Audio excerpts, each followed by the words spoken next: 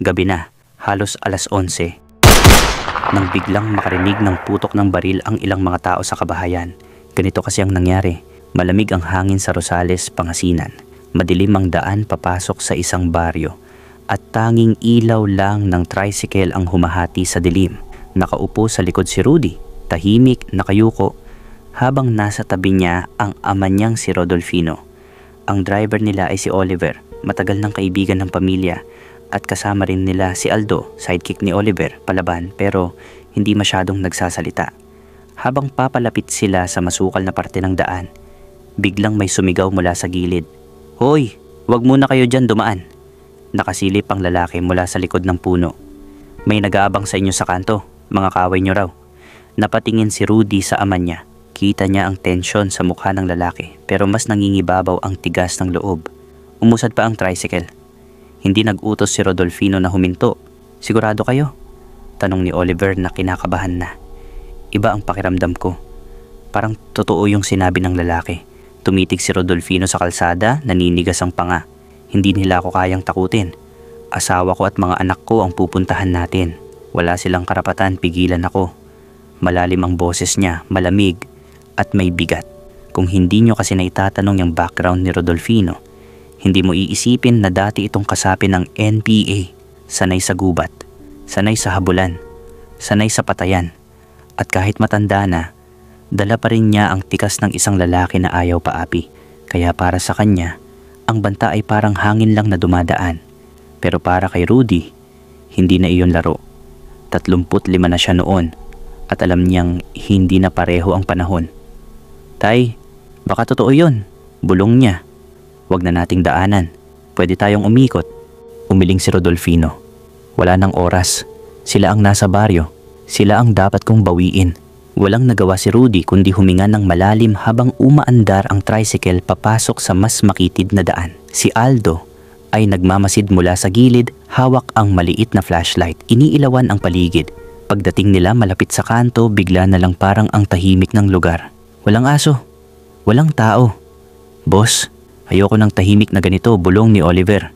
Hindi nagsasalita si Rodolfino, pero kita sa mata niya, umaasa siyang mali ang balitang narinig nila. Pagdating nila sa mismong kanto, hindi na sinasalubong ng ilaw ng mga bahay ang daan. Parang patay ang buong paligid. Pero sa dulo, tanaw nila ang maliit na kubo kung saan naroon ang pangalawang pamilya ni Rodolfino, ang kanyang asawa at 2 batang anak. "Dito na," sabi niya. Pagpreno ng tricycle, sumadsad ang gulong sa lupa at huminto.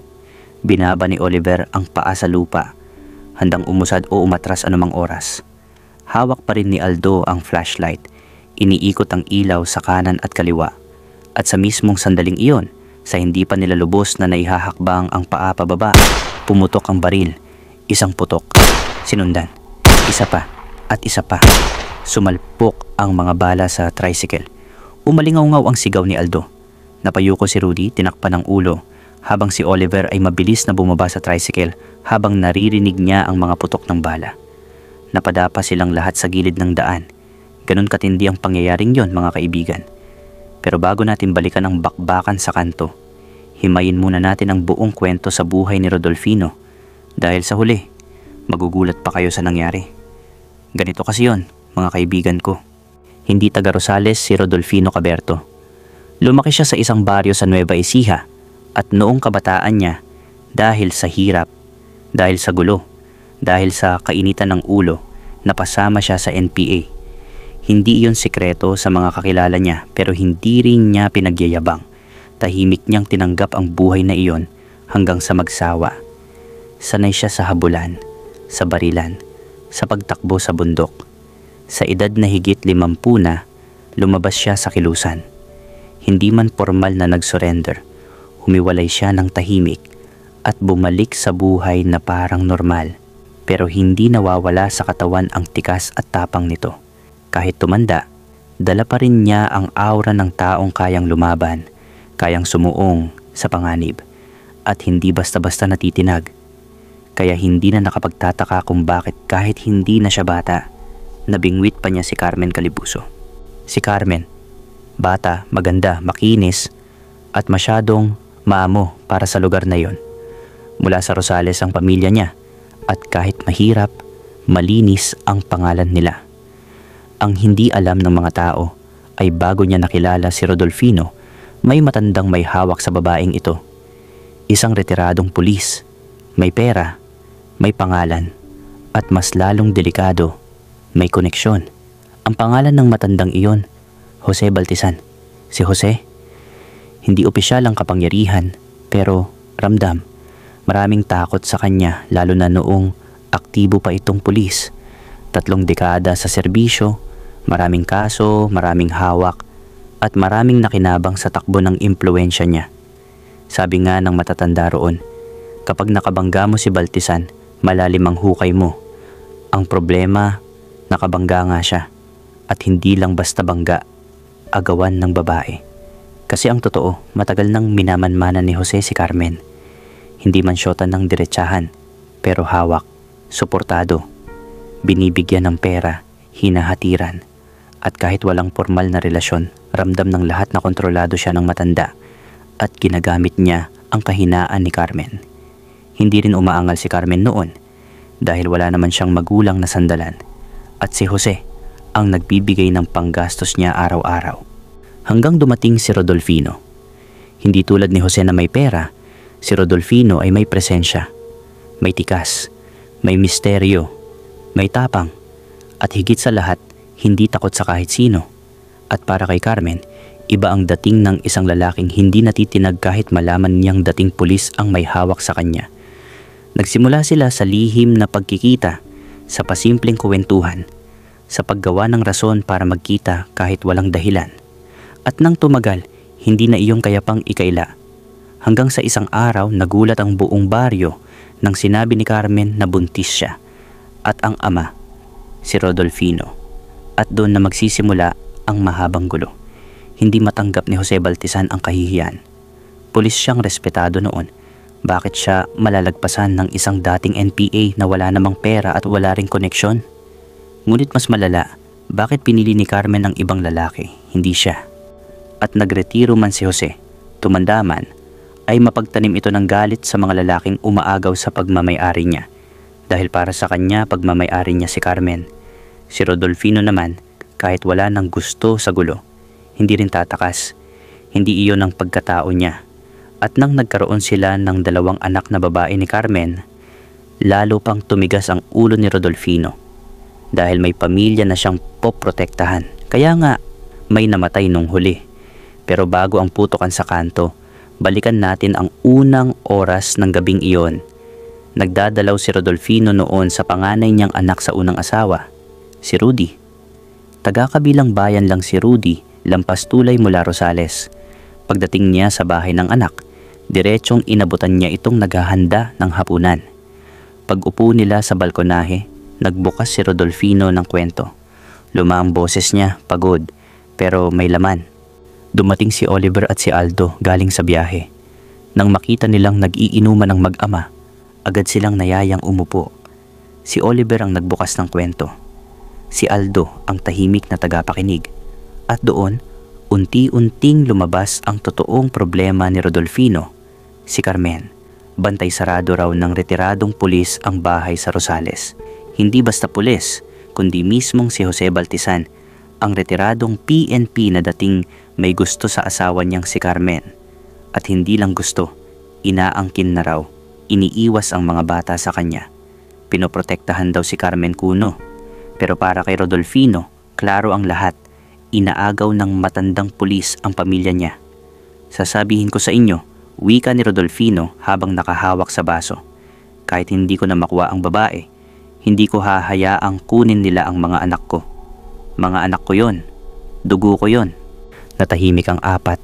Ramdam nila ang galit at concern ni Rodolfino hanggang sa tumama ang tama ng alak. Lumakas ang loob, uminit ang dugo. Ano tay? Kukunin mo sila ngayon? Tanong ni Rudy. Oo, sagot ni Rodolfino. Ngayong gabi, hindi ko hahayaan bukas-bukas na naman ako paikutin ng pulis na yon. At doon nagkaisa ang apat. Sasamahan nila si Rodolfino. Tutulungan nila itong ilabas ang 2 bata at iuuwi sa Nueva Ecija. Kahit anong mangyari, si Oliver ang nag-drive ng tricycle. Nasa likod niya si Aldo. Sa loob nakaupo ang mag-ama. Ang tanging armas nila ay isang improvised na wanpong, isang putok lang.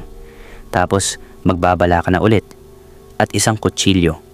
Paglabas nila sa bayan, papasok sa madilim na bahagi ng Rosales, halos walang ilaw ang kalsada. At habang papalapit sila sa baryong kinaroroonan ng pamilya ni Rodolfino, may nagsenyas at nagsabi sa kanila mula sa gilid. May nag-aabang daw sa kanto. Pero dahil matigas ang ulo ni Rodolfino, hindi na sila umatras. Pagdating sa mismong tapat ng bahay, biglang may pumutok. Isang putok. Isa pa. Hindi sunod-sunod ang dating, patama-tama lang.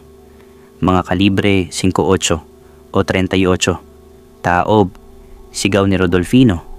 Sabay-sabay silang dumapa sa damuhan. Si Oliver at Aldo halatang baguhan sa ganitong sitwasyon. Nanginginig. Pero si Rodolfino, ibang klase. Parang bumalik ang dugo niya sa bundok. Sa bilis ng gapang niya, halos di makita ni Rudy ang galaw. Parang bayawak na sanay sa madidilim na tirahan. Tinawag niya ang tatlo.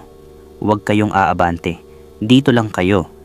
Habang pumapaling ang bala sa tricycle, gumapang si Rodolfino palapit sa bahay. Malapit lang iyon sa kalsada kaya sa 3 segundo narating niya ang pintuan. Isang putok pa ang narinig. Pero walang tinamaan. Hindi siya makita dahil sa dilim at dahil marunong siyang gumalaw sa lupa. Pagpasok niya sa bahay, narinig ni na Oliver at Aldo ang iyakan ng mga bata. Ilang segundo lang ang lumipas, lumabas si Rodolfino na may nakapulupot na makapal na blanket sa braso niya. At doon na nagsimula ang imposible. Tumakbo si Rodolfino pabalik, hawak ang blanket na parang panangga. Nalaman niya kung saan nagmumula ang putok. Hindi dahil kita niya, kundi dahil sanay siya sa echo, direksyon at timing.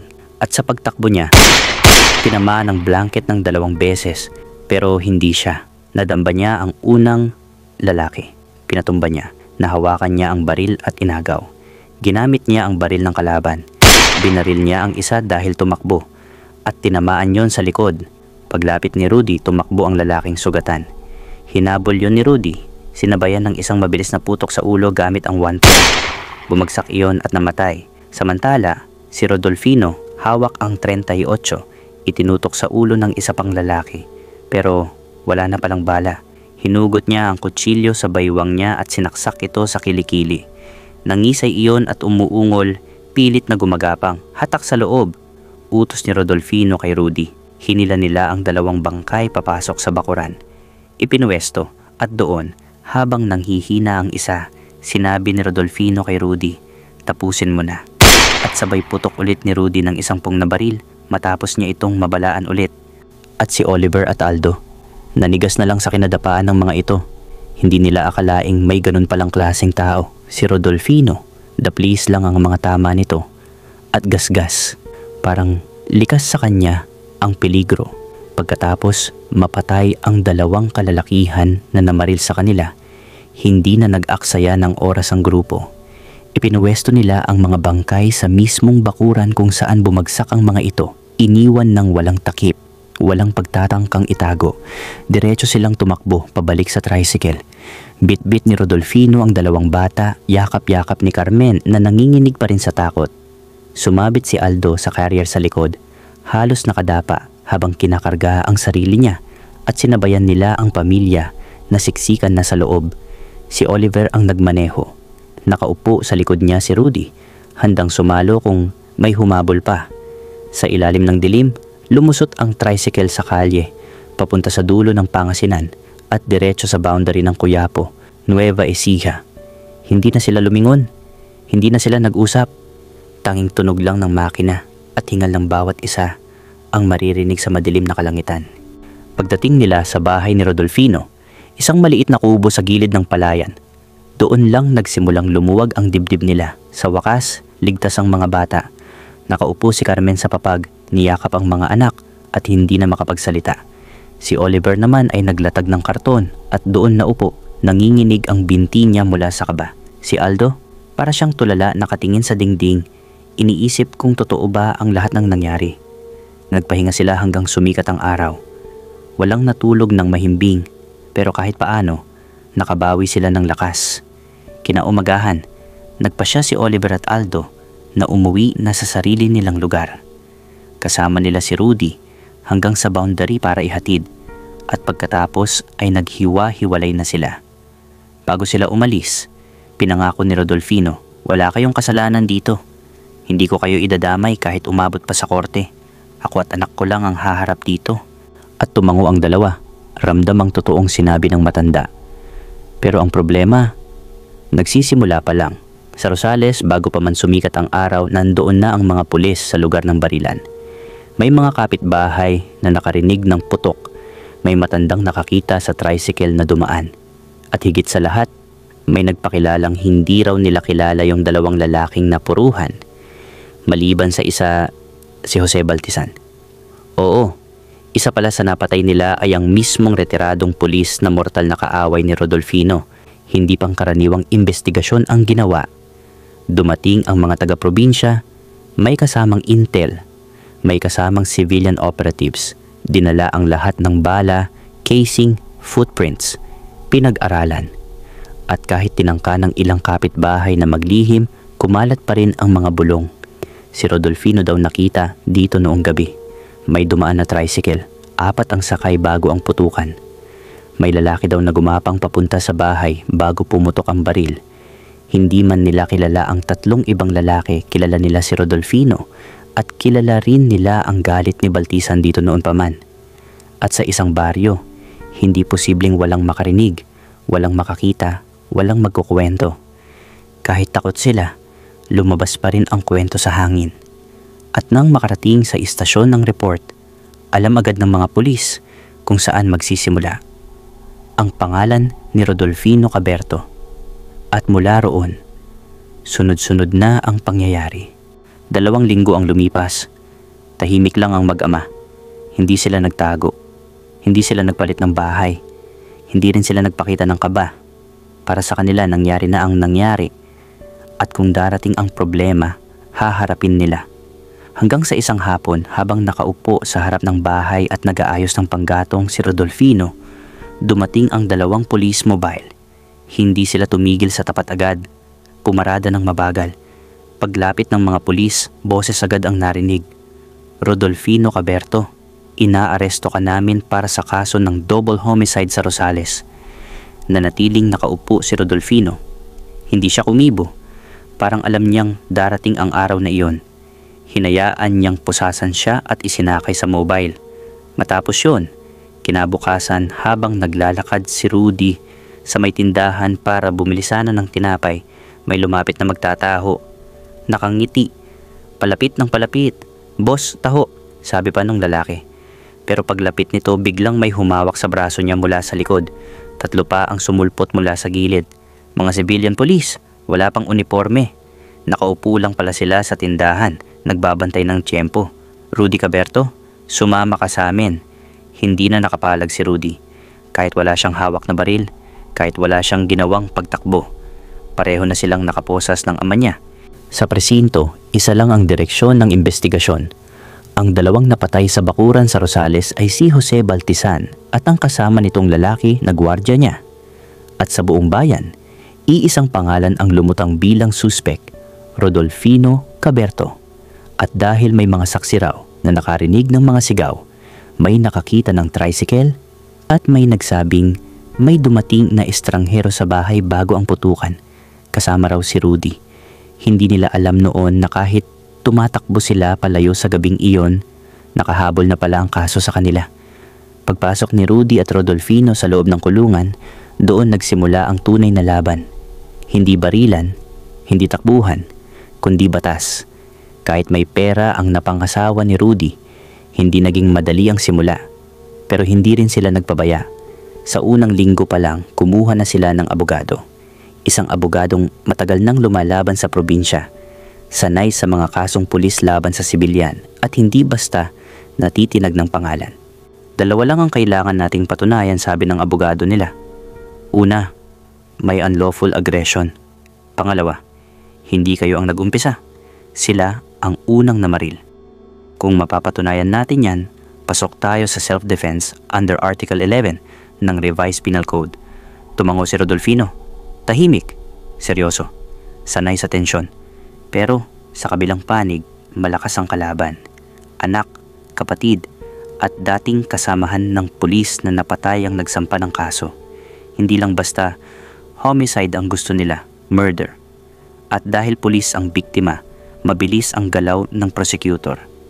Agad nilang ipinush na. May motibo raw si Rodolfino dahil kay Carmen. May premeditasyon dahil 4 silang pumunta. May treachery dahil tinapos pa sa ulo.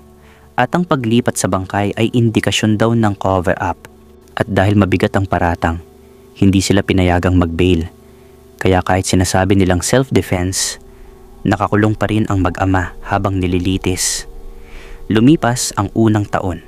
Sunod ang pangalawa. Palipat-lipat sila ng hearing.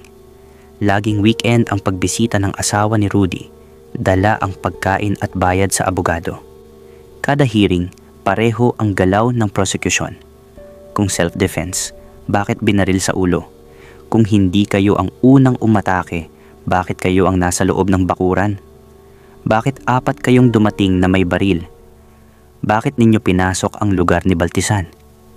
Pero gumanti ang abogado nila. Kung pumasok sila para pumatay, bakit pamilya nila ang kinuha nila at dinala paalis? Kung premeditated, bakit improvised na 1 lang ang dala? Kung gumanti sila, bakit sila ang unang pinaputukan? At higit sa lahat, bahay iyon ni Carmen. Nandoon ang 2 anak ni Rodolfino. Paano magiging trespassing ang pagkuha niya sa sarili niyang pamilya? Doon unti-unting kumiling ang korte. Sa 3 taon, lumabas ang ballistics. Ang unang putok ay hindi galing sa baril na nakuha ni Rodolfino.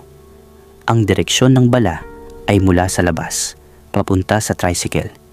Ibig sabihin, sila ang unang pinaputukan. Sa 5 taon, lumabas ang autopsy ng isang napatay na lalaki. Ang unang tama sa likod ay exit wound. Ibig sabihin tumatakbo itong palayo, hindi umatake. Pinatunayan nito na umatras na ang lalaki noong binaril ni Rudy, pero hindi nito binura ang mas malaking larawan. Nagsimula ang putukan sa panig ng mga nakaabang na lalaki at isa nga doon ang retiradong pulis. At sa 6 na taon ng paglilitis, unti-unting nagbago ang tono ng korte mula murder, naging homicide at bandang huli, justified killing. Sa huling araw ng trial, binasa ng hukumang desisyon. Ayon sa Article 11 ng Revised Penal Code, napatunayan ng depensa na mayroong unlawful aggression mula sa panig ng mga biktima. Ang mga akusado ay kumilos hindi para umatake, kundi para ipagtanggol ang sarili at kanilang pamilya. Huminga ng malalim si Rudy. Gayunpaman, pagpapatuloy ng hukom, ang finishing shot sa ulo ay hindi bahagi ng reasonable necessity. Ngunit dahil ito ay ginawa sa gitna ng takot, putukan, at kawalan ng kontrol, hindi ito maituturing na murder. Ito ay bahagi ng isang chaotic confrontation. At doon lumabas ang penal, absolved by reason of justifiable self-defense. At para sa 6 na taon na nakulong sila, ang pagkakapiit nila ay ituturing ng sapat na parusa para sa anumang ekses na nagawa nila sa depensa. Pagkarinig nito, halos bumigay ang tuhod ni Rudy. Tumulo ang luha ni Rodolfino, hindi dahil sa sakit, kundi dahil sa wakas. Matapos ang 6 na taon na lumipas sa malamig na selda, malaya na sila. At ang huling sinabi ng hukom, ang kasong ito ay hindi tungkol sa pagpatay. Ito ay tungkol sa isang ama na sinubukan lamang iligtas ang kanyang pamilya o ang kanyang live-in partner.